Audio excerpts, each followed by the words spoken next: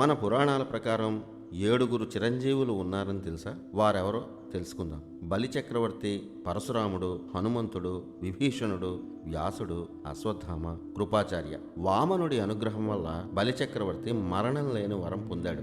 అద్భుత తపశ్శక్తి వల్ల పరశురాముడు ఎప్పటికీ జీవించే ఉంటాడు. శ్రీరాముడి భక్తి వల్ల హనుమంతుడు, శ్రీరాముడి వరం వల్ల విభీషణుడు ఇద్దరు చిరంజీవులయ్యారు. లోకహితం కోసం విష్ణువు అంశతో జన్మించిన వ్యాస మహర్షి చిరంజీవిగా ఉన్నారు. గర్భవతిపై బ్రహ్మాస్త్ర ప్రయోగం చేసిన పాపానికి శ్రీకృష్ణుడు అశ్వత్థామను శపించాడు. అతి దారుణమైన పరిస్థితుల మధ్య మరణం లేకుండా దుర్భరంగా బతుకుతావని అశ్వత్థామను కృష్ణుడు శపించాడు. శరద్వంతుడి మానసిక శక్తి వల్ల జన్మించిన కృపాచార్యకు మరణం లేదు. ఈ 7 సప్త చిరంజీవులుగా ప్రసిద్ధి పొందారు. ఈ సప్త చిరంజీవులతో పాటు శివుడి అనుగ్రహంతో యముడినే జయించిన మార్కాండేయుడిని నిత్యం పూజిస్తే పూర్ణ ఆయుష్ కలుగుతుందని పురాణాలు చెబుతున్నాయి.